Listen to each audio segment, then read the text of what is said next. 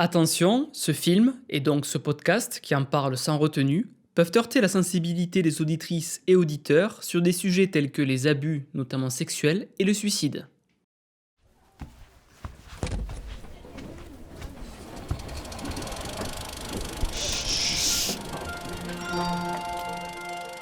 Kinobo présente un podcast cinéma des frères Chanteau. Attention, ici, on spoile comme des porcs. Bonjour et bienvenue dans un nouvel épisode de Kinobro, le podcast cinéma des frères Chanteau. Je suis Nicolas. Et je suis Sébastien, et on va parler de cinéma, on va parler de Blonde d'Andrew Dominik aujourd'hui.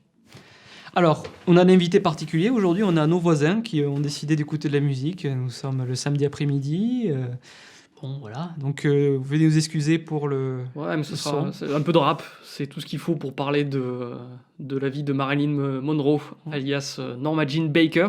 Avant de parler du pitch, peut-être on peut dire deux mots sur Andrew Dominik, Ouais. Dominik, le réalisateur. On peut parler d'Andrew Dominik. Alors moi j'ai pas vu grand-chose de lui au final, tu vois. En fait, j'ai j'ai regardé, moi, il a pas fait grand-chose en fait en réalité. Ouais, il a pas fait grand-chose, il a fait suffisamment. Non, mais il a pas une filmographie très longue, sachant qu'il a commencé son premier long métrage, c'était Chopper en 2000. Tu l'as vu toi? Non, j'ai pas vu Chopper. Moi j'ai pas vu de Chopper non plus, on a le DVD en plus, hein. On l'a pas regardé. Bon, bref. Voilà. Il faudrait qu'on voit Chopper. Hein, On n'a pas vu Chopper, mais on a vu l'assassinat de Jesse James par le lâche Robert Ford. qui a été réalisé en 2007, et le film suivant qui était Killing Them Softly, Kogan, La mort en douce. Voilà. Traduction magnifique qui française. était réalisé aussi en 2012. 2012. Oui, 2012, oui. Et oui, parce que j'ai eu la chance, je me l'ai pété, d'avoir vu le film à Cannes. Oula, est-ce que tu as rencontré Andrew Dominik Je sais pas, peut-être qu'il était dans les... Je savais pas à quoi il ressemblait à l'époque, donc je sais pas, peut-être que je l'ai rencontré. Là aujourd'hui, il ressemble, je crois, à une sorte de surfeur. Donc, C'est vrai, il a une tête de surfeur, c'est un Australien. C'est un Australien, ouais. Voilà. Il Et donc était après Killing Them Softly, il a fait des documentaires, notamment sur Nick Cave, je crois. Ouais. Entre autres, et Un court-métrage aussi, en 2016. Et donc maintenant, c'est un projet de longue date. Ça faisait un moment moi, que j'entendais parler de Blonde, qui a été finalement récupéré par Netflix. C'est la boîte de prod de Brad Pitt qui produit, donc c'est Plan B. Et C'est sur Marilyn Monroe. Marilyn Monroe, en tout cas, est très connue du grand public, mais voilà, c'est aussi parce qu'elle a fait énormément de films de grands réalisateurs aussi, de grands auteurs. Donc on peut citer par exemple Certains l'aiment chaud de Billy Wilder, Exactement. Les hommes préfèrent les blondes. de Howard Hawks. On peut citer Niagara de Henry Hathaway. Henry Hathaway, merci. Et bon, il y en a beaucoup. Elle a joué dans All About Eve, elle joue un petit rôle de Joseph Mankiewicz. Exactement. Elle est qui apparaît dans le film d'ailleurs. Ouais. Elle est aussi dans The Asphalt Jungle de John Huston. Exactement. Un petit rôle, enfin un rôle. Je crois qu'elle joue une sorte de femme fatale, il me semble, dans The Asphalt. Je l'ai vu il y a longtemps. Il me semble bien que c'est ça un peu l'archétype de la femme fatale, puisque The Asphalt Jungle est un film noir. Après voilà, c'est vrai que Marilyn Monroe, c'est une actrice qui a un peu canonisé une certaine idée de la femme et de la blonde, au charme un petit peu imposant, mais pas avec... Je crois qu'on peut le dire, c'est quand même l'icône féminine hollywoodienne la plus connue, et je pense là où elle est intéressante, malgré elle, c'est que son archétype, ce qu'elle a incarné en fait, influence encore profondément, je pense, le 20e et le 21e siècle. Quand j'ai fait une expérience hier, j'ai tapé plus belle femme de tous les temps. Bon, le truc, un top à la con. Hein. Voilà. Alors, étrangement, du coup, j'étais surpris, je pensais que ce serait Marilyn Monroe, mais c'est Hepburn qui est arrivé premier. Mais après, de seconde, t'avais Marilyn. Alors, c'est vrai que c'est deux archétypes un peu différents. Ce que représentait Hepburn, il y a une espèce de sophistication et peut-être un côté un peu plus intellectuel dans l'imaginaire collectif, je parle. Et Marilyn Monroe, voilà, était plus, comment dire, iconisée comme une femme sensuelle et glamour et sexy et compagnie. Voilà. Mais honnêtement, voilà, moi je pense que Marilyn Monroe, c'est un peu aussi la... Nous, on a eu Brigitte Bardot en France, ouais. Mais ça découle de Marilyn Monroe, en fait. Voilà, c'est ce truc de blondeur, d'icône blonde qui influence encore l'idéal féminin, entre parenthèses, voilà, en termes de beauté.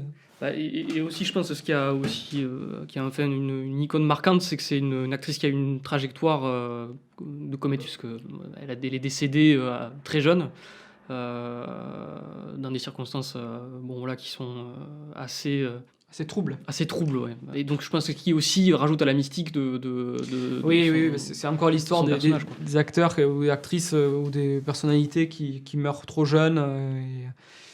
Bon, c'est une récurrence en tout cas dans la manière de gérer la célébrité, quoi.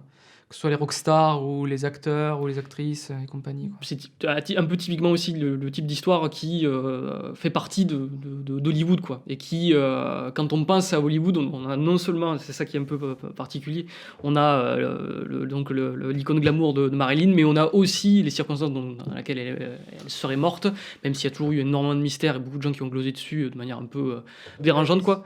Où elle est morte d'un suicide apparemment au barbiturique, quoi, plus ou moins.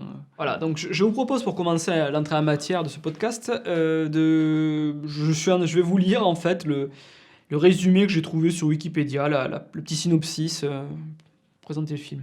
Adapté du best-seller de Joyce Carol Oates, le film Blonde est une relecture audacieuse de la vie de Marilyn Monroe, l'une des icônes hollywoodiennes les plus connues. De son enfance tumultueuse à son ascension fulgurante, Blonde brouille les frontières entre réalité et fiction pour explorer l'écart de plus en plus important entre sa personnalité publique et la personne qu'elle était dans l'intimité. Pour commencer le podcast, on s'est dit qu'on allait donc revenir sur ce film qui, on a été assez, pas surpris, mais disons on a noté qu'il divisait beaucoup dans les réactions quand tu regardes les... Bon, c'est les agrégateurs de notes, mais bon, à défaut de mieux, même sur les réseaux sociaux, c'est un film qui polarisait beaucoup. Donc sur IMDb, je crois que la moyenne est à 5 et quelques sur 10 à un moment où on enregistre ce podcast, et sur Sens Critique, elle est à 6,1 ou un truc comme ça. Voilà. Donc c'est un film qui est clivant, quoi. Il y en a qui disent qu'il peut crier au chef-d'œuvre et d'autres qui vont dire que c'est une grosse merde. Oui, c'est vrai que le film est clivant. Déjà, je pense que ça part du matériau original qu'il adapte, qui est le roman de Joyce Carol Oates, qui est apparemment un roman assez difficile à lire, qui tente de reconstituer un petit peu la vie de Marilyn en inventant plus ou moins ou en imaginant certaines parties de sa vie. Ouais, mais pourquoi tu dis qu'il est difficile à lire ?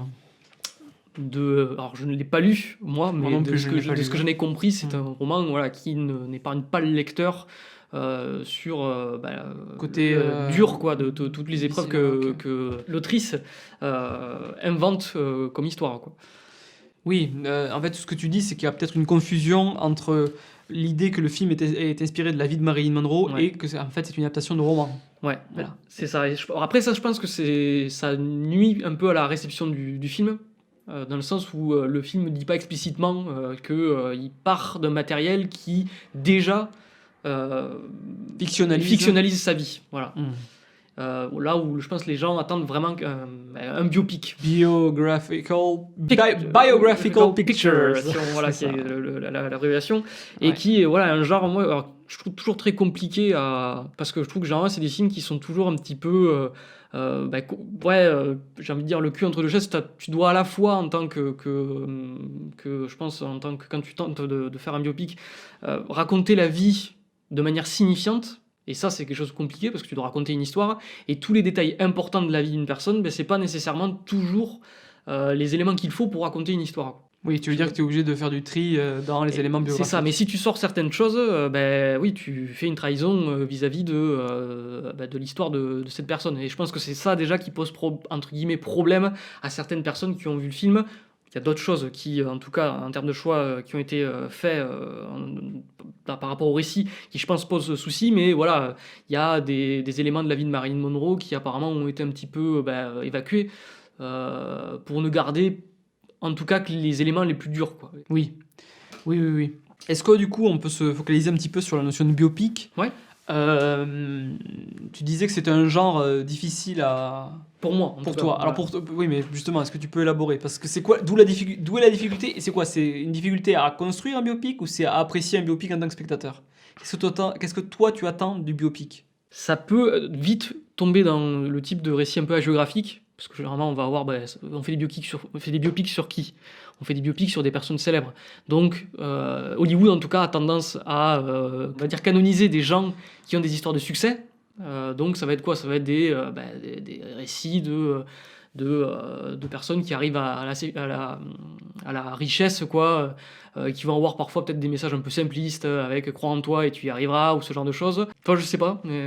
Alors, et si on est méthodique, je pense que ce que tu soulèves est intéressant, c'est, je dirais, la question du pacte de lecture qui est faite entre le spectateur et le film, et ce que le biopic implique comme pacte, c'est l'idée que ça se base effectivement sur des faits réels. C'est la fameuse mention inspirée de faits réels. Ouais.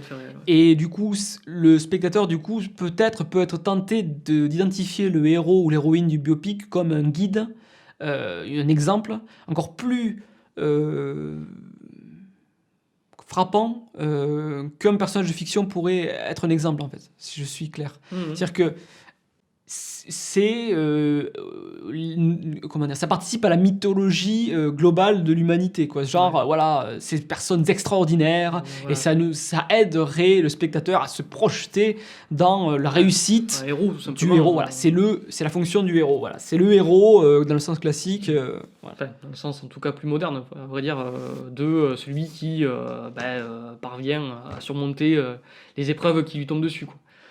Et il y a une tendance, en tout cas par les biopics d'Hollywood, je généralise énormément. Parce qu'il n'y a pas que des biopics hollywoodiens, c'est ce que je veux te dire aussi. Ouais. Mais là, on est... Même si c'est vrai que le biopic hollywoodien, c'est un peu l'essentiel du biopic, quoi. En fait, c'est ce qui a donné un petit peu la forme telle qu'on l'admet. Il y a des expériences ou des films peut-être qui s'éloignent de cette forme-là, mais c'est... Par exemple, je sais pas, si on part du travail de Peter Watkins sur Edward Munch, où on est complètement hors de l'approche hollywoodienne. Mais c'est la forme dominante, voilà, ça va être la grande histoire hollywoodienne qui ordonne le monde. Voilà, et là, dans le cas de Marilyn Monroe, Norma Jean Baker, je pense qu'il y a des choses qui, par rapport à ce film-là, parce qu'en plus, elle a déjà eu, je crois qu'il y a déjà eu un biopic sur elle. Oui, il y a sûrement eu... alors moi, j'ai vu que même Blonde, le roman de Oates, a été déjà adapté à mini-série. D'accord. Mini-série que j'ai pas vue, ouais. Donc déjà, il y a eu quelque chose. Il y a déjà une tentative là-dessus, ok. C'était qui avait produit, tu sais? Je sais plus. C'était il y a longtemps? 2001, voilà. 2001. Moi, en tout cas, la sensation que je peux avoir quand je regarde un biopic, c'est ça part dans tous les sens, tu vois. Il y avait cet élément-là qui racontait une certaine histoire, et puis il y avait cet élément-là, et il y a par exemple, je sais que peut-être un des rares biopics qui me vient à l'esprit, qui me semblait assez ordonné, c'est le film qu'avait fait Coppola sur le créateur de Tucker, là, ouais, Tucker, que j'avais trouvé plutôt sympa. Mais c'est vrai que généralement, tu dois embrasser un petit peu la vie de la personne dont tu racontes l'histoire, et comme je l'ai déjà dit, c'est assez compliqué à ordonner, quoi. Et là, je pense qu'il y a des choix qui ont été faits, en plus du travail d'adaptation. Par exemple, c'est un truc qui a été dit à de nombreuses reprises par tous les gens qui ont commenté le film, on ne parle pas du fait que Marilyn Monroe, elle ait fait sa propre société de production, comme Ida Lupino par exemple, ce qui n'était pas anodin à l'époque. Les stars étaient affiliées, signaient des contrats avec des studios, et c'était les propriétés des studios. On le voit d'ailleurs, qu'elle signe le contrat dans le studio. Exactement. Dans le film, oui. Et par contre, voilà, le film, Blonde, ne parle pas justement du fait que donc elle avait aussi une volonté de se sortir de ce système-là, et qu'elle n'était pas qu'une simple victime, ce que pourrait... on va dire surtout évoquer le film là en tant que tel, quoi. Non, sur les biopics, oui, donc il y a différentes formes. Dans les films hollywoodiens, je pense que je regardais un petit peu tout à l'heure, c'est vrai que les plus grands biopics, moi en tout cas ce que je préfère, il y a par exemple ceux de Milos Forman, Man on the Moon, Amadeus. Voilà, c'est des approches intéressantes, quoi, du biopic, parce que par exemple tu vois, dans le cas d'Amadeus, ça réfléchit, ça utilise pas, la stratégie employée n'est pas de raconter Mozart par sa propre subjectivité, mais de raconter Mozart par le prisme de notre personnage, et du coup ça crée une autre histoire en fait, avec Salieri qui regarde Mozart et compagnie, et les tensions qui existent à l'intérieur du protagoniste, qui pour le coup est Salieri, quoi. Donc voilà, donc c'est une stratégie narrative qui est autre. Si on décide de faire du protagoniste, donc du héros ou de l'héroïne, et comme c'est le cas, le moteur intérieur de l'histoire, voilà, c'est un choix en fait. Il y a plusieurs approches en tout cas. Et puis pour le cas de Milos Forman, sur les deux que je cite, c'est 2 artistes. Que ce soit Andy Kaufman pour Man on the Moon et Mozart du coup pour Amadeus.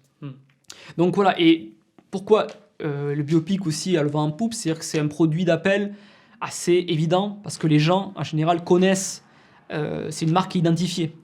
C'est pas une marque, mais dans le système hollywoodien, ça devient une marque capitaliste, du moins, le système capitaliste. C'est-à-dire que par exemple, De Gaulle, j'ai pas vu le film avec Lambert là, qu'ils ont fait, Lambert Wilson. Et du coup, ils ont fait un film De Gaulle, et ben ouais, tu vas voir le film sur De Gaulle, tu n'as pas besoin de faire trop de pub, c'est identifié pour le spectateur. Donc tu vas faire un film sur Tyson, tu vas faire un film sur, je sais pas moi, Freddie Mercury, voilà, donc ça aide à se repérer. Donc il y a eu des bons biopics, par exemple, même en quelque sorte, le film The Social Network de David Fincher est un biopic. Voilà, mais encore une fois, ça repose plus sur un moment de la vie de Mark Zuckerberg et de ses contemporains. Et il crée Facebook. Voilà, un grand geste qui embrasse toute l'existence de Mark Zuckerberg. De la naissance à la mort. Sachant qu'il n'est pas encore mort au moment où on enregistre ce podcast. La question se pose, peut-être que certains diraient que... Et peut-être est-il déjà mort à l'intérieur. Nous ne nous prononcerons pas dessus. Donc moi, ce que j'interroge, ce que je pense qu'il faut avoir en tête, c'est effectivement le pack de lecture. Le récit, ça aussi, il y a l'idée, donc, souvent c'est structuré autour d'une success story. C'est l'idée de comment un individu ou une personne va devenir célèbre ou réussir sur les standards actuels. Voilà. Ou alors ça peut être aussi des récits un petit peu récit à la Icar. Par exemple, tu vois, Scorsese sur Aviator par exemple. Sur Aviator, sur The Wolf of Wall Street. C'est une adaptation en plus d'une autobiographie, mais du moins parce que c'est pas toute sa biographie à Jordan Belfort, mais d'une expérience de sa vie. Hop, ça rejoint quand même un peu le biopic sur certains aspects. Donc ça peut être des propositions assez originales. Et Scorsese, ce qu'il en fait, du coup, c'est assez intéressant. C'est une espèce de drame épique qu'il en sort à chaque fois. Parce que ça réfléchit aussi sur les valeurs de la société contemporaine, quand Scorsese le fait. Il y a une réflexion sur ça. Là, pour le coup, dans Blonde, c'est encore autre chose. Mais voilà, parce que Scorsese, il y a le social qui est beaucoup plus peut-être présent que dans Blonde. Mais... Après, c'est vrai que peut-être que je dis peut-être une grosse connerie, mais t'as tendance, dans les biopics classiques, c'est vrai que le héros est toujours produit de l'environnement. Et au final, l'histoire de cette personne atteste quelque part de... Oui, elle est exemplaire de l'environnement. Elle est exemplaire de l'environnement. C'est vrai qu'il y a toujours, j'ai l'impression, une dimension sociétale autour du biopic. On ne parle pas d'une personne, on parle aussi des conditions qui l'ont créé et du système autour, quoi. Oui, bah souvent, alors ça dépend, parce que je pense qu'il faudrait faire un inventaire un peu du genre biopic, mais tu dois avoir des artistes, ça va être un courant, tu vois, c'est les artistes qui sont... Bon, le statut d'artiste, c'est un sujet en part entière, mais il est un peu problématique dans la société, parce que soit on les surexpose, on les surmédiatise, on les surpaye, et du coup ils sont au-dessus de la plèbe, quoi. Soit ils sont dans une précarité intense, et voilà, on voit bien qu'il y a un truc qui... Ça aussi, c'est parce que c'est le libéralisme qui fait que on a choisi c'est le succès du public qui va déterminer la réussite d'un artiste ou pas. C'est une valeur quand même qui pourrait être interrogée, parce qu'il y a des gens qui vivent toute leur vie dans l'anonymat et qu'on découvre leur après, et après ils sont récupérés ou quoi. Donc c'est pour ça, ça c'est un gros sujet, mais je pense que ça vaut le coup de le dire là. Donc t'as le genre biopic artiste, t'as le genre biopic je parlais de Gaulle ou de Napoléon, les grandes figures historiques. Voilà. Je sais pas si t'en vois d'autres, toi, des gens... les entrepreneurs, alors c'était c'est le nouveau truc là, Mark Zuckerberg, c'était ça, c'est les entrepreneurs, t'as eu McDonald's, t'as le génie, l'expression du génie. Ça découle de l'artiste, pseudo. Enfin, en tout cas, quand les gens s'emparent de cette figure d'entrepreneur, ils ont tendance à le dépeindre un peu comme un génie, un artiste, un petit peu. Même s'il fait de l'algorithme, Zuckerberg, il y a une forme de génie. Quand même. Coppola, c'était le cas, il me semble, dans Tucker. Tucker, il s'en servait pour parler de qu'est-ce que c'est être un réalisateur dans une industrie, et un artiste dans une industrie, et du coup, il faisait le parallèle entre lui, son statut de réalisateur, et Tucker, du coup, qui était un constructeur automobile et qui essayait de travailler de travailler l'automobile d'une autre manière que tous les autres le faisaient à l'époque. Il y a eu par exemple pas mal, il me semble, il y a une certaine époque de biopics de grandes figures du rap aussi. Oui, c'est vrai qu'il y en a. Qui sont à mi-chemin entre ce récit justement sur l'artiste et en même temps, pour certains, un milieu qui n'est pas hyper favorable. Comment il s'extrait de la misère. Mais c'est encore une fois l'histoire du success story, quoi, souvent. Quoi. C'est les figures de rappeurs ou de rockers. Voilà, l'idée. Ah, tu vois, par exemple, Last Days, qui est repris de Kurt Cobain, quoi, de la figure de Kurt Cobain. C'est une proposition autre de l'artiste comme représentation. C'est un film qui est plus sur la solitude des derniers jours de Kurt Cobain, et du coup on n'est pas sur une représentation de sa vie et du coup de donner du sens. Cette idéologie-là, quand même, voilà, faut la questionner un petit peu d'organiser la vie de quelqu'un pour en faire un grand sens épique et c'est censé nous inspirer. Bon voilà, il y a toujours une idéologie derrière et moi je la questionne un petit peu en tout cas. Parce que moi je pense que ce que les gens voulaient peut-être, excuse-moi, je finis juste sur ce film-là, c'était peut-être d'avoir effectivement la vie de la naissance à la mort de Marilyn Monroe avec une petite tragédie quand même, mais le film n'est pas tout à fait dans cette optique-là. Quoi. Non. En tout cas voilà, sur la figure du biopic, déjà le malentendu est là. Donc c'est un genre populaire qui intéresse parce qu'il peut avoir un aspect documentaire aussi évidemment. Mais voilà, la forme, comment dire, j'invite en tout cas les gens qui nous écoutent à regarder des propositions différentes sur les artistes, sachant que, enfin sur les artistes, sur les biopics pardon, sachant que le genre documentaire en fait, parce que voilà, on pourrait faire un documentaire sur un artiste. Oui. Et on pourrait écrire, et ça se fait, et bien sûr, ça se fait souvent. En parlant de Kurt Cobain, il y en avait un, je me souviens plus de son nom, mais j'en avais vu pas mal, un docu sur sa vie. Et du coup, il utilisait des images d'archives je crois des photos c'était des séquences d'animation, il me semble, qui reconstituaient certaines, des témoignages et des archives qu'il y avait. Ça me dit quelque chose, je l'ai plus. C'était Kurt Cobain, Montage of a Heck. Okay. Voilà. Je l'ai pas vu, je crois pas l'avoir vu. Sorti en 2014, c'était pas mal. Mais tu vois, mais voilà, justement, là on est vraiment plus avec le documentaire dans quelque chose qui embrasse la vie de l'artiste, là où Last Days, tu peux pas dire que c'est un biopic en tant que tel. Disons que la fiction, voilà, mais c'est ça qui est intéressant, je trouve, de poser la différence entre faire un portrait d'un artiste ou d'une figure historique ou de quelqu'un. Voilà. Malgré tout, le biopic, tu peux pas faire un biopic sur ton oncle, sur mon oncle. Tu vois, mon oncle, personne ne le connaît. Autour de lui, enfin si, des gens le connaissent autour de lui, mais voilà. Il faut que la personne soit qualifiée sur le plan de la notoriété, quoi. Le biopic n'existe que pour les célébrités, c'est ça que je veux dire. Ça ne fonctionne pas autrement. Donc déjà, première question, quand même, sur le système qui fabrique des célébrités. Second point, la distinction entre utiliser donc le cinéma, la forme audiovisuelle pour faire un biopic à travers la fiction, donc ça ouvre des possibilités. Par exemple, tu vois, on parlait de Last Days, c'est vrai que c'est une expérience sensorielle qui est proposée, plus qu'une expérience factuelle, où on va cadencer des informations là, sur le personnage et les faire pseudo-vivre pour faire comprendre ne sais quoi au spectateur. Ce que je veux dire, c'est cette forme-là, et c'est pas la seule, voilà, possible. Et voilà, et je me dis en fait, souvent pour moi les meilleurs films biopics ne cherchent pas tant à retranscrire en fiction, je veux dire. Mais les biopics, d'ailleurs, on parle plutôt de fiction. Plutôt de fiction. On dirait un documentaire sur quelque chose, ouais. Non. Ne cherche pas tant à montrer qu'est-ce que c'était la vie de quelqu'un, mais plutôt de faire sens de cette vie, comme là l'angle de Milos Forman sur Amadeus. On va tordre un peu on n'est pas tant sur les détails de comment Mozart est devenu un génie. Ça, c'est pas ça la question que répond. Voilà, on ne sait pas si Salieri, on n'est pas sûr que ça soit passé. Alors là, j'ai pas les détails, mais la relation, évidemment, c'est pas autant, je pense. C'est écrit, quoi. C'est très écrit. C'est très écrit, ouais. Et tant mieux, parce que ce que ça raconte, c'est qu'est-ce que produit le sublime, le génie, face à des personnes peut-être qui pratiquent le même art et comment ils se positionnent là-dessus, comment humainement le génie se comporte. Enfin voilà, ça pose d'autres questions que comment Mozart est devenu Mozart, même si ça peut être intéressant. Je dis pas, ça peut être des questions intéressantes. Mais comment Marilyn Monroe est devenue Marilyn Monroe, ça peut être intéressant, mais disons qu'il y a une manière aussi assez plate de le raconter. Ouais. On va faire factuellement. Si on s'en tient de manière factuelle au truc, ça va pas révéler grand-chose, quoi. Voilà. Disons qu'il y a Sauf ça va peut-être parler un peu plus de la société. Mais c'est vrai que, encore une fois, voilà, peut-être ce film-là n'est pas tant sur la société, on va venir au film après. Mais... Ouais, mais voilà, je pense qu'il y a un problème. Quelque part, ces films biopics, là, en fictionnalisant généralement leur personnage principal, ils ont tendance à les réduire un tout petit peu au final.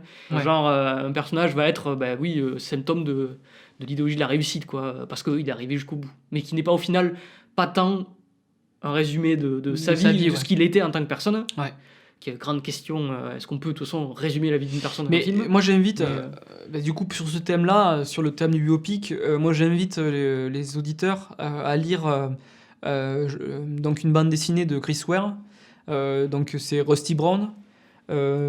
Après même Building Stories c'est un peu pareil, mais c'est l'idée dans l'œuvre de Chris Ware en fait que l'histoire des hommes est discontinue et que c'est nous en fait qui faisons sens de notre journée en se racontant des histoires ou de notre vie en se racontant des histoires, en faisant le tri et compagnie. C'est assez basique ce que je dis, mais voilà. Et que tout ne fait pas sens en fait. Et à la fin, c'est nous qui fabriquons le sens de notre vie. Et du coup, sur la côté discontinu, je trouve que Chris Ware, voilà, c'est une référence à connaître en tout cas pour interroger voilà cette idéologie-là de l'histoire de notre vie. Voilà, de savoir que oui, il y a des parties de la vie où pendant 5 ans, il se passe rien de bien intéressant.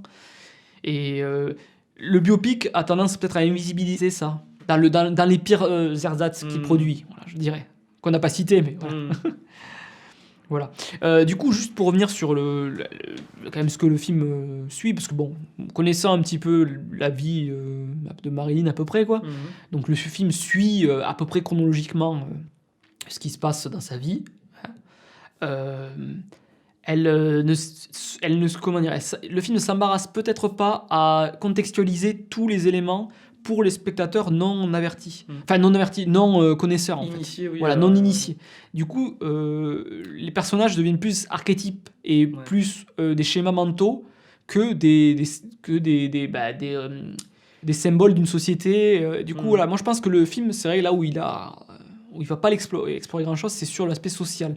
On voit un petit peu le système des studios et ce que ça peut produire, mais c'est plus sur le plan psychique que c'est travaillé que sur... Hollywood. Scorsese, il aurait fait, on aurait eu des détails sur il se passe ça comme ça et tel truc.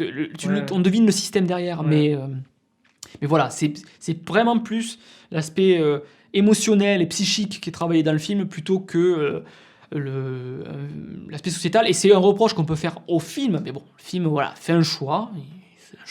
C'est vrai que voilà, par exemple, il y a des mentions, je pense que les cinéphiles, déjà un petit peu avertis, il y a quelques mentions à des personnalités historiques qui ne sont pas vraiment dites. Par exemple, Daryl Zanuck, qui était il appelait Mr. Z. Voilà, il est mentionné comme Mr. Z. Je crois qu'on le rementionne un peu plus tard dans le film, mais au tout début, il apparaît. Oui, ils appelaient Zanuck, c'est vrai qu'à la fin.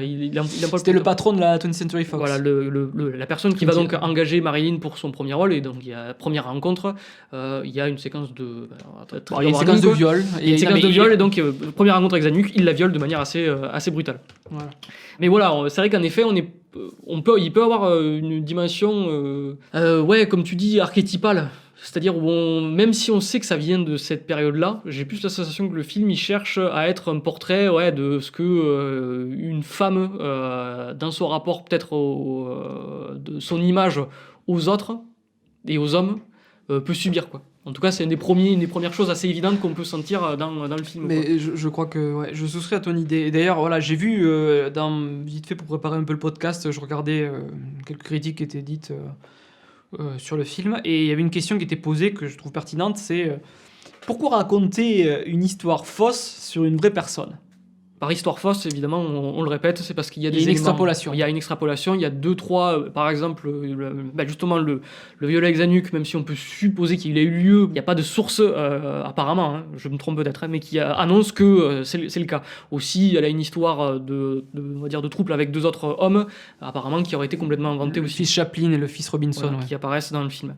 Donc il y a quelques éléments comme ça, en fait, qui sont intercalés dans sa vie et qui ne sont pas des éléments, entre guillemets, factuels, ou en tout cas qui ont été romancés. Alors, par si on répond à cette question, donc moi c'est ça parce que dire pourquoi raconter une histoire fausse sur une vraie personne.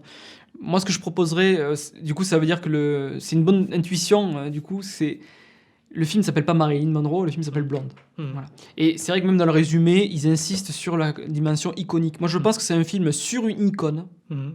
plus que sur Marilyn Monroe. Mhm. Et je pense que ça réfléchit plus la question de l'icône, comment elle est fabriquée, ce que ça produit, plus que factuellement la vie de Norma Jean Baker. Voilà, Norma Jean Voilà. Baker. Là où il y a un paradoxe peut-être, vous allez me dire, c'est ah oui, mais en même temps on est dans la psyché de la personne et tout. Oui, mais en tout cas, on va dire que peut-être le symptôme des troubles psychiques, là, ce que ça produit, c'est plus lié à la médiatisation et au système dans lequel elle vit que un symptôme qui serait né ex nihilo, peu importe Ouais. la vie qu'elle aurait eue, quoi.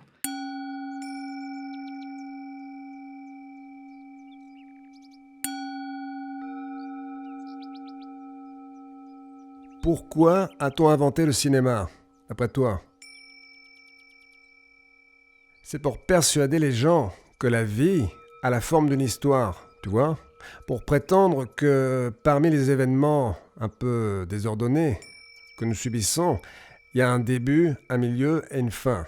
Ça remplace les religions. Le cinéma, ça met de l'ordre dans le chaos et ça introduit de la raison dans l'absurde. Ok? Eric Emmanuel Schmitt.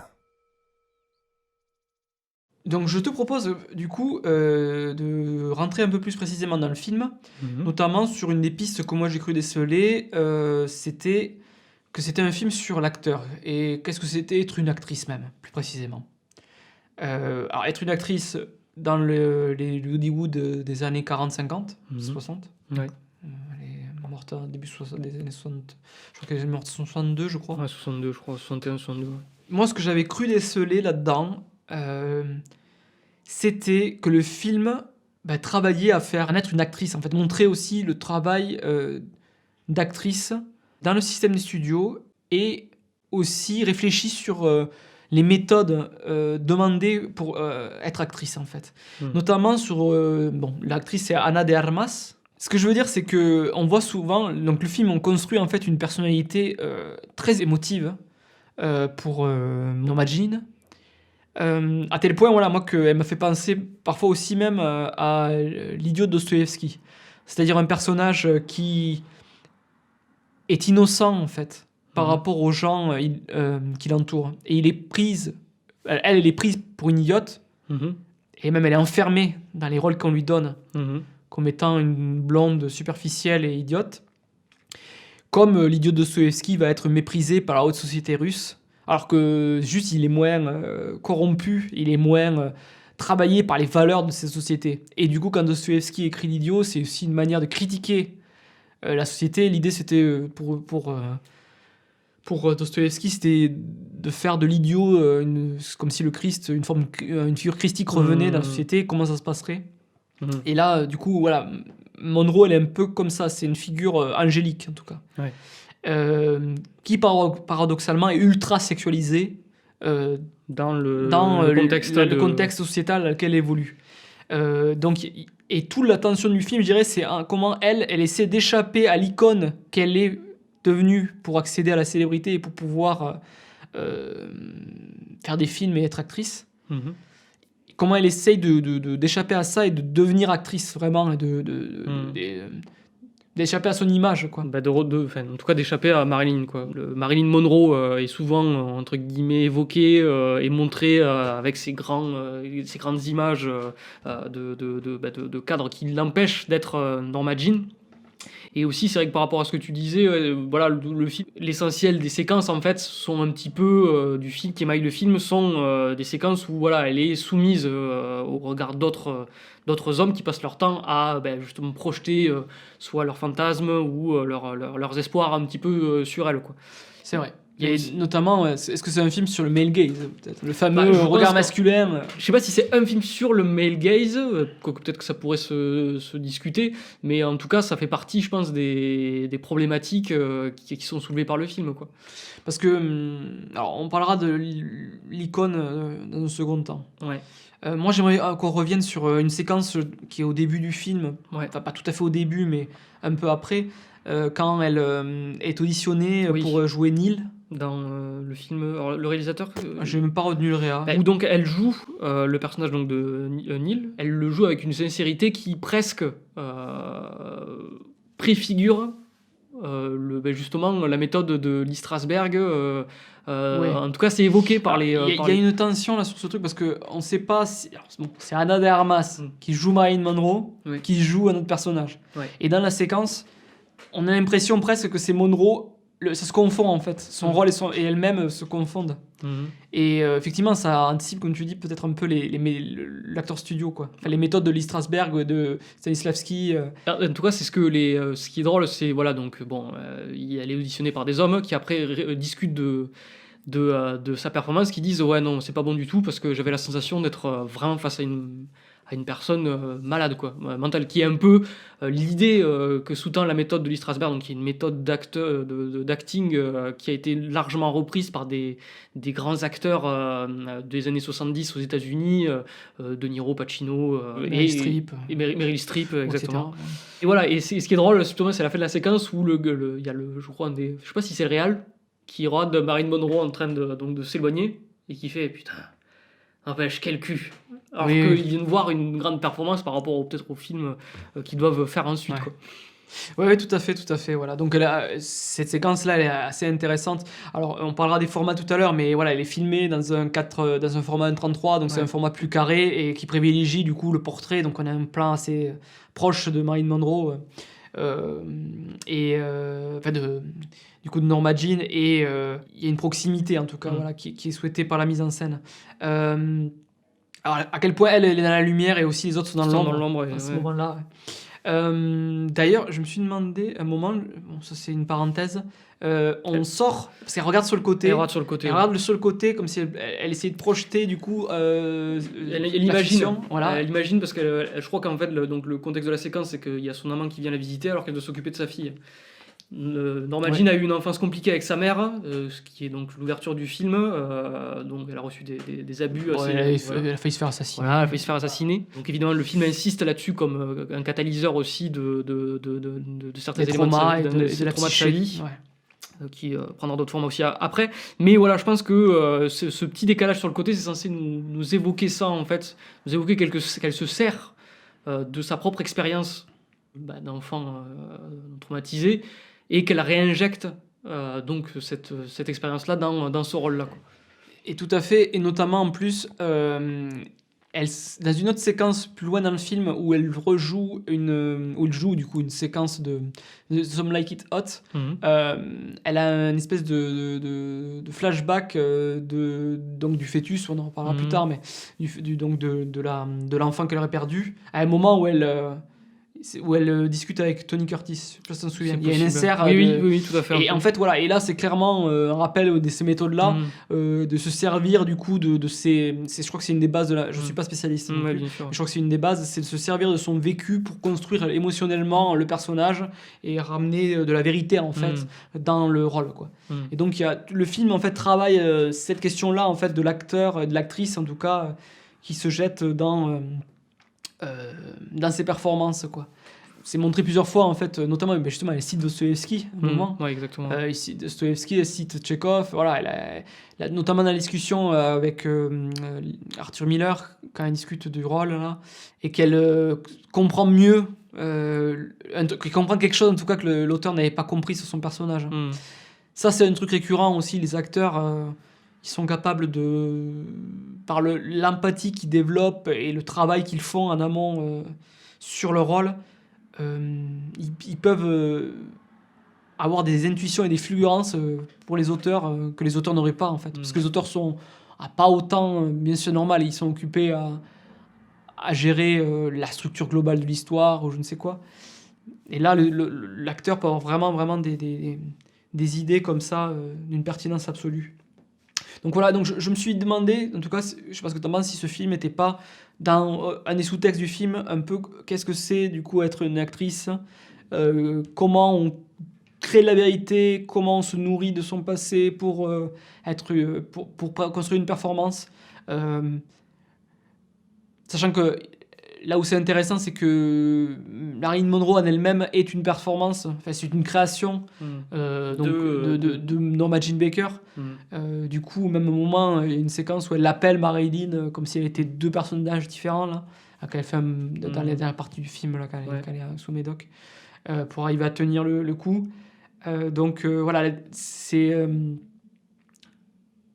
me renvoie, bon, on en parlera plus tard encore à du David Lynch, parce que dans Inland Empire, il y a des rôles enchâssés dans des rôles, et là, c'est un peu ça. Il y a Norma Jean, donc Ana de Armas, l'actrice qui interprète dans le film Blonde, Norma Jean Baker, qui joue Marilyn Monroe, qui joue le personnage. Ça fait beaucoup de poupées gigognes. De poupées gigognes. Oui, ça joue de la dimension un peu labyrinthique du film dont on évoquera plus tard. Oui, moi ce que je voudrais rajouter, en fait, c'était sur... je parlais de l'idiot de Dostoïevski et l'extrême fragilité et l'innocence de Marilyn dans le système des studios. Moi, je pense que aussi les acteurs, les actrices, c'est des gens qui sont quand même dans des niveaux de vulnérabilité quand ils jouent. Il faut préserver les acteurs et les actrices quand on est sur un plateau de tournage, quoi. Il y a un truc quand même comme ça, un petit peu, je pense, qui est dit par le film. Sur la fragilité, l'intensité émotionnelle ou quoi, voilà.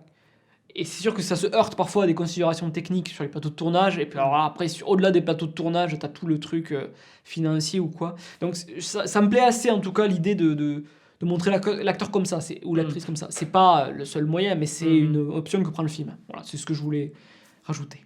Ok.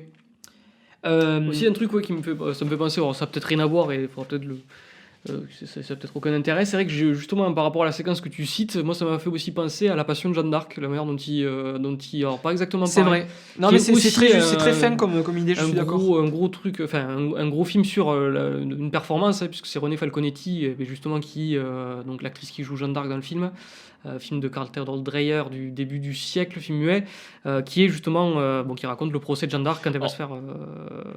On parle de la scène de l'audition. De l'audition, voilà, cette fameuse scène de l'audition. Et c'est vrai que moi j'y vois des parallèles sur justement le dispositif entre les hommes qui la jugent et l'actrice qui est dans justement aussi. Alors là, dans le film de Dreyer, il y a tout un truc sur la vérité. Du jeu aussi, je pense, de son actrice, qui pour le coup, je crois, c'était vraiment fait raser la tête en live devant la caméra. Il avait vraiment utilisé des plans où elle pleurait pour de vrai, quoi. Donc bon, déjà en termes de violence, c'était assez ardos, mais qui a un parallèle peut-être aussi entre ce film-là et... ça pose la question quand même aussi de l'exploitation de l'individu dans le système hollywoodien et dans la fabrication de films au-delà de Hollywood. Alors c'était oui, voilà. Non, alors pour le coup, Dreyer, c'est pas hollywoodien, mais ça pose cette question-là aussi. Voilà. C'est ça, c'est l'actrice ou l'acteur, c'est les individus qui sont lâchés comme icônes, qui sont devant les feux des projecteurs, voilà quoi. Et je pense que c'est la critique aussi que porte ce film. On peut généraliser, je pense, pourquoi aujourd'hui c'est pertinent, c'est sûrement pertinent aussi par rapport à la sphère YouTube, et entre autres avec les influenceurs et les influenceuses, où c'est encore un autre système de célébrité, mais c'est pas... bref, je pense que c'est pertinent parce que ça réfléchit encore quand même aux icônes qu'on crée, en fait, que la société crée, de manière générale.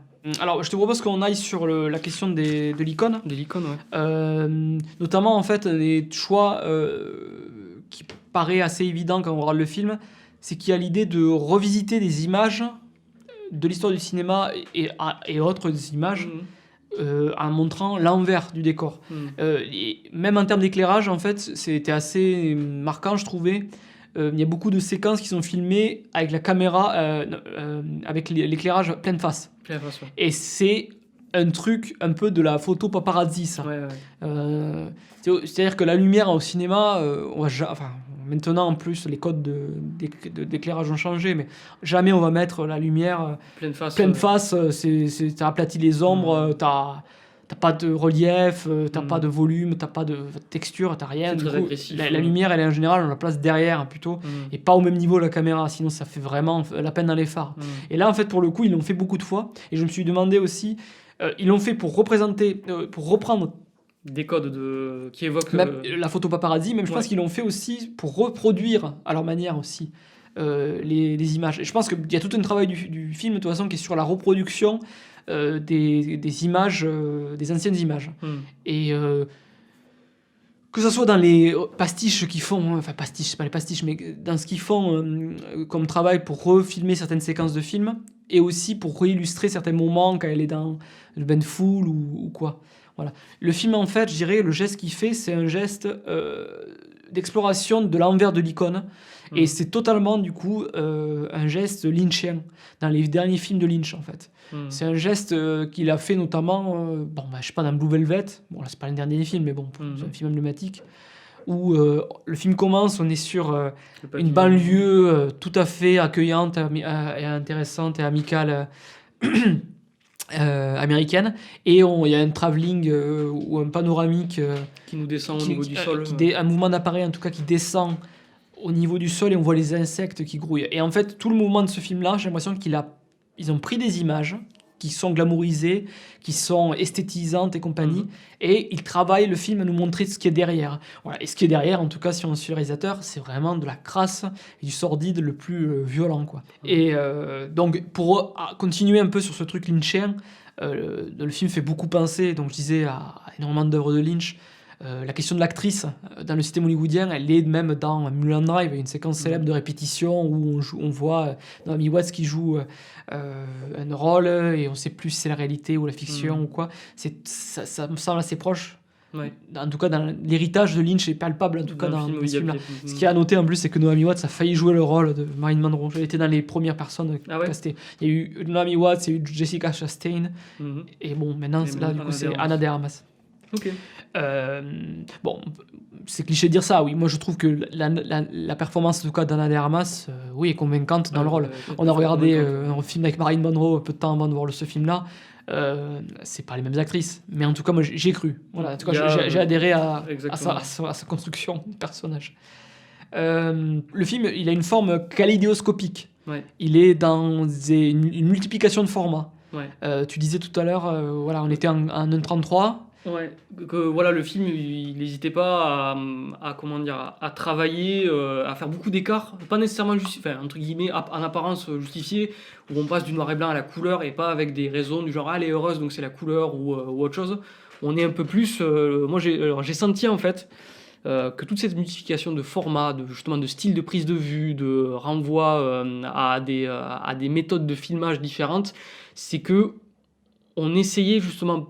on évoque en fait le fait que Marilyn Monroe, par rapport à Norma Jean Baker, ça soit une création de multitudes, une sorte de patchwork de multitudes d'images en fait. Je crois que je souscris à ton interprétation, parce que je sais qu'au début, on serait tenté de lire les choses. Ah, alors le 4/3, c'est quand elle a... j'ai une blague. Oui. Donc, c'est quand elle est dans les années 50, ou alors c'est la réalité. C'est la réalité, ou voilà. Non. Moi, je pense qu'il y a trop de formats et le film est trop protéiforme. Je pense cette espèce de multiplication de formats infinie à chaque séquence, ça renvoie souvent pour nous renvoyer à l'image même. En fait, c'est pour en tant que spectateur, on soit toujours dans une mise à distance. C'est une image.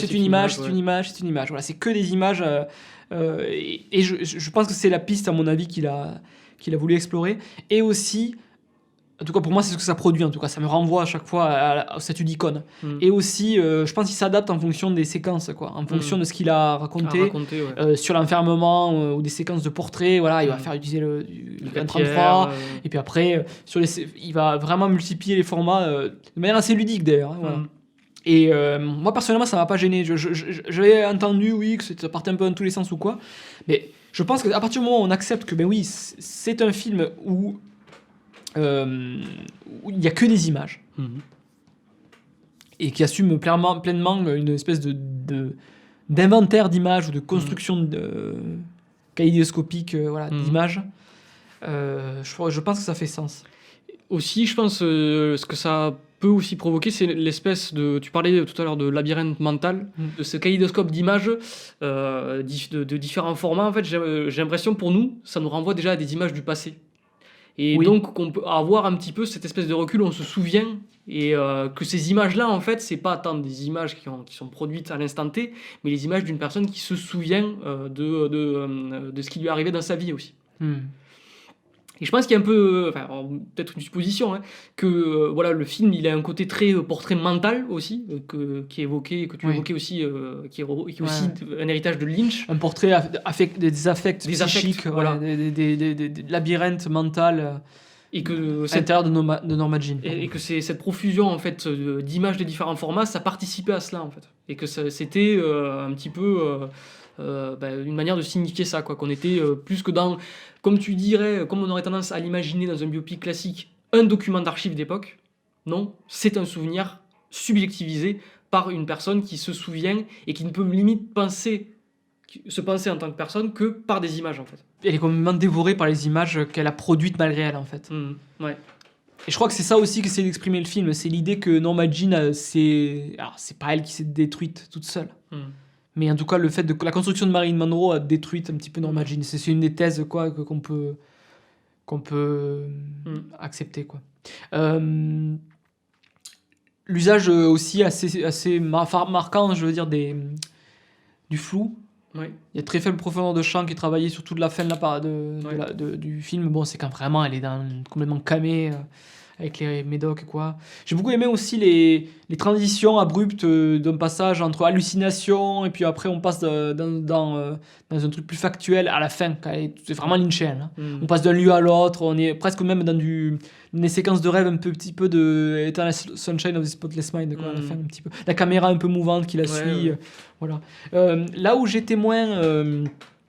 c'est une réaction que j'ai eue, alors je sais pas si c'est un mécanisme de défense ou quoi, je le livre comme tel, c'est quand il y a eu les CGI sur le fœtus.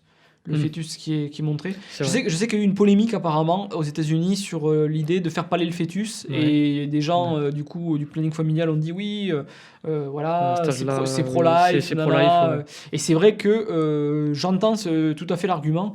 Moi en fait je l'ai justifié en me disant oui mais c'est Norma Jean, c'est pour le personnage en fait que ce fœtus existe, parce que c'est pas le fœtus en plus il est très développé alors que là ça fait je sais pas combien de temps ça fait mais c'est pas moi je serais assez d'accord avec toi. De toute façon je pense qu'il y a un moment dans le film où on commence à être justement par rapport à ces questions là où le personnage il interprète certains éléments de ce qui lui arrive de manière un peu internalisée. Par exemple il y a la séquence où il y a le téléphone qui sonne et en même temps un truc que je trouvais assez habile, t'as le cri de l'enfant en fait qui est superposé au son de sonnerie.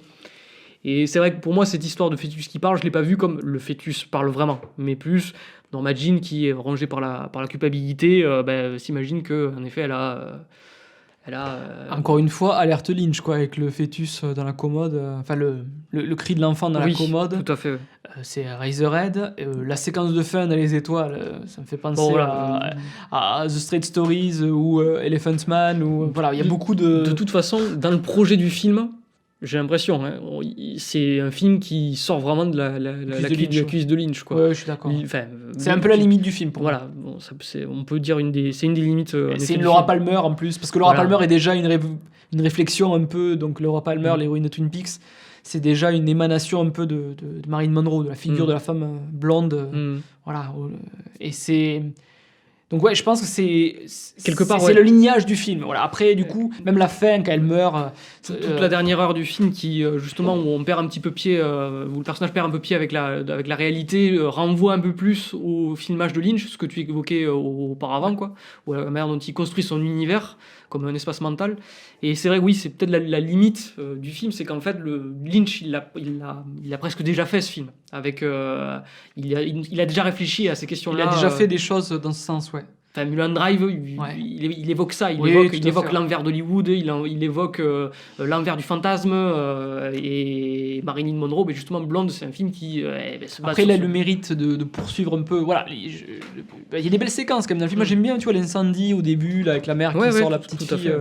Enfin, même il n'y a pas que ça que j'aime bien, il y a beaucoup de séquences que j'aime bien. C'est quand même un film intéressant. Voilà. Peut-être que la limite, effectivement, c'est Lynch l'a déjà fait, mais bon, la question c'est est-ce qu'il prolonge l'œuvre lynchienne ou est-ce qu'il a redit, il a redéploie. Il la redéploie, ouais. Je ne sais pas s'il la prolonge, je dirais qu'il la redéploie plus. Il la mélange avec un aspect plus factuel, je dirais. Là où les univers de Lynch que ce soit Mulholland Drive, qui est quand même un film un peu plus abstrait dans sa narration. Oui. Là, on peut s'accrocher un peu plus facilement. Si tu connais la bio de Marilyn Monroe. Si tu connais la bio de Marilyn Monroe. Après, je pense que même si tu la connais pas, tu peux quand même suivre il y a une causalité qui sont assez claires entre les séquences. Oui, quand c'est même. vrai. Toi, t'as gêné la séquence, les plans en CGI du fœtus. Oui, justement, je trouve fait régie, ouais. parce que pour moi, ça sort un petit peu de toute l'esthétique du film qui est rétro. Oui, je crois que c'est le fait de voir des CGI aussi, voilà. Clairement. Qui est très numérique, quoi. Ouais, je sais pas si j'aurais. Enfin, ouais, je sais pas. C'est vrai que ça sort un petit peu du truc. C'est pas les images, en fait. Alors, tu vas me dire si, allez. J'allais dire un truc. J'allais dire, ça peut renvoyer. Donc, bien sûr, moi, ça évoque pour tous les cinéphiles. Un enfant fœtus, c'est 2001. C'est 2001, ouais. Mais 2001, c'est après Marilyn Monroe, quoi. C'est, ouais. Je crois qu'elle était déjà décédée quand le film Il me est sorti. semble, ouais, qu'elle était déjà 68, oui, 68, donc elle était déjà morte. Donc c'est pour ça. Donc, mais voilà, pour moi, c'est un peu hors. Il y a une espèce de. Hors temporel. Après, bon, ça va avec l'idée que c'est un fantasme aussi qui n'est pas concret dans l'époque ou quoi. Mais... Oui, non, je suis d'accord. Après. Pour revenir aussi, moi, sur les limites du film, bon voilà, c'est vrai que le film dure 2h40, ouais. Et peut-être que, même si en fait je les ai pas subis, j'ai pas souffert des 2h40 du film, c'est vrai que la dernière heure, on est quand même sur un film qui est très dur, où on voit une femme se faire violenter plus ou moins par son entourage, ou être déçue pendant 2h40. La dernière heure, même si elle recèle de séquences assez intéressantes, au bout d'un moment, peut-être qu'il y avait une forme de redondance sur le fait que c'était constamment un personnage qui se faisait souiller et qui perdait pied avec la réalité progressivement, quoi. Oui, il n'y a pas de comment dire. Ou alors il manque un emballement peut-être. Aussi à quelque chose qui aurait peut-être pu aller, même on parlait de Lynch, aller plus, encore plus dans le terrain du cauchemar. Après, elle y va, mais oui, peut-être encore plus loin, ouais. Moi, c'est vrai que ça m'a pas tant surpris. Tu sais, la séquence de... Ouais, il y a aussi la séquence, bien sûr, qui a choqué, c'est la séquence de fellation avec Kennedy. Ouais. Avec Kennedy, ouais. Je trouve aussi pareil, quand il y a... Là, je trouvais que c'était un peu trop... Je sais pas ce que tu as pensé, moi, quand il y a l'érection de la fusée. Alors bon, c'est assez... Comment dire ? Je trouvais que c'était pas subtil. Ouais. Après, si on réfléchit, c'est peut-être un peu logique, parce que c'est vrai que Kennedy, c'est la nouvelle frontière et compagnie. Donc bon, à la limite, pourquoi pas. Mais ouais, je me suis demandé sur ce symbole-là. Et après, sur la manière de filmer, je m'interrogeais aussi de la manière de filmer la fellation. Au final, je pense que c'était pas si mal comme choix, en fait, parce que on voit qu'elle est déconnectée de ce qu'elle fait. Bon, en plus, c'est un viol dans le truc, quoi. Le mec, la plaque, la force à performer... Une fellation sur elle, sur lui, pardon. Mais je me suis demandé sur le filmage, tu vois. Voilà, mais je me suis dit oui, on voit quand même, on est avec elle, quoi. On voit pas la verge, on est dans un assez gros plan. Je pense que le plan est dérangeant, je pense que le plan il a dérangé. Mais dans la représentation, je pense que c'était pas une option, c'était pas une mauvaise option, parce qu'on voit ses yeux et on a accès à une voix intérieure où elle dit. Voilà, qu'elle veut pas vomir, ou je sais plus ce qu'elle dit. Même s'il y a quelque chose d'assez grotesque là-dessus. Oui, il y a quelque chose d'assez... Ouais, c'est vrai que c'est dur. C'est dur. Mais après, en fait, je pense que sur ces il y a quelques séquences où peut-être le film est trop littéral. Littéral. En tout cas, manque de subtilité sur certains points, quoi. Qu'est-ce que tu as pensé de la mort de Marilyn ? Qu'est-ce que j'ai pensé de la mort de Marilyn ? J'ai trouvé les séquences qui précèdent sa mort... plutôt réussi. Oui, quand elle est dans le lit et qu'il y a des gens... Justement, il y a presque des visions nocturnes. On est c'est assez dérangeant, on est en vision presque nocturne et on voit qu'il y a des gens dans la pièce qu'elle ne voit pas. C'est presque un effet qui reprend à la fin de Silence of the Lambs, le silence des agneaux. Oui, tout à fait. Ouais. On est en vision nocturne. On voit quelqu'un derrière elle. Ouais. On voit quelqu'un derrière elle alors qu'elle est en train de se recoucher. Et la fin, quand elle est dans le lit, là, il y a deux éléments. Alors ça me fait penser peut-être un peu justement à Last Days, je crois qu'à un moment où il y a un dédoublement du personnage. Oui. À la fin, avec un fondu, où elle serre l'oreiller. Ouais. Et le dernier plan, c'est assez marrant. C'est pas marrant, mais ça m'a interrogé aussi, la caméra qui vient de se poser sur le sol. Sur le sol, oui. On a vraiment un effet, la caméra vient se poser, c'est la fin et ça s'arrête et on voit les pieds de Marilyn et l'ouverture se baisse de plus en plus. Ouais, et jusqu'à ce qu'il reste plus qu'une trace blanche sur le lit et qu'on voit ses pieds disparaître dans dans le noir. Mais c'est vrai que maintenant que tu me le rappelles, ça m'avait interloqué ce dernier plan en fait, parce que le fait qu'il pose la caméra, je m'étais dit ah ouais, il montre bien qu'il est avec un dispositif de prise de vue, quoi. Oui. Alors peut-être parce que c'est justement la fin du Nikon. Après, il a montré tout le temps. Hein. Donc oui. Il a montré qu'il était en train de faire des images. Voilà. Il a montré tout le temps, mais là tu vois. Après, c'est la fin, oui. C'est aussi je pose l'appareil qui fait les images. Je sais pas. J'imagine qu'on peut je l'intègre comme ça, mais c'est vrai que parce que oui, il n'a fait que ça, mais on n'a jamais eu là, parce que là, ce que ça sous-tend, c'est qu'il y a un caméraman dans la pièce, quoi. Oui. Ce qui n'est pas vrai, ce qui n'était pas vrai au moment où elle est morte. Non, mais on est dans la recréation, le tournage, c'était vrai. Voilà, donc on revient sur les questions de recréation. On sort peut-être, on sort de la fiction, quoi. Mais en tout cas, pour revenir sur l'aspect dramaturgique du film, je sais pas. Alors c'est normal, dans les biopics, en plus on sait le destin en général des personnes qui sont représentées. Je sais pas comment narrativement, est-ce qu'il manque un moment où on croit qu'elle va s'en sortir, mais on sait, en fait le truc c'est que dès le début on sait qu'elle est vouée à être consumée, cette pauvre fille en fait. Et effectivement, peut-être qu'il manque un emballement ou un truc comme ça, je sais pas. Disons que le côté Dolores, je le comprends que les gens réagissent sur ça, sur l'espèce de grand parcours qu'elle a. Et c'est vrai que aussi ils ont fait le choix, mais je pense que c'est aussi pourquoi pas. Je crois qu'il y a une demi-heure qui reste une fois qu'elle perd son second enfant, et on va aller au bout avec elle de toute sa dégradation psychique, et hop là, et là ça va être la fin, quoi. En fait, je pense que ce qui est un peu regretté par les gens, enfin en tout cas dans la réception du film, c'est le fait qu'en réalité de circonscrire Marilyn uniquement comme de déplorer en fait au final qu'elle soit traitée comme vulgaire morceau de viande, le traiter uniquement sur ce mode-là, est-ce que ça renforce pas justement cette image-là dans l'inconscient collectif et qu'il y a une forme d'abattement, tu vois Pour que Marilyn triomphe. En fait, tu vois, je repense à Lynch là encore, parce qu'à la fin, tu vois, de Laura Palmer, à la fin, il y a un triomphe de Laura Palmer dans, je sais pas si on reprend Fire Walk With Me par exemple. Je pense qu'il y a un film qui peut être évoqué. Oui, c'est vrai. Et ça se termine par le rire, je crois, le rire de Laura Palmer. Donc, Lynch, il allait au bout, peut-être plus que Dominique, quoi.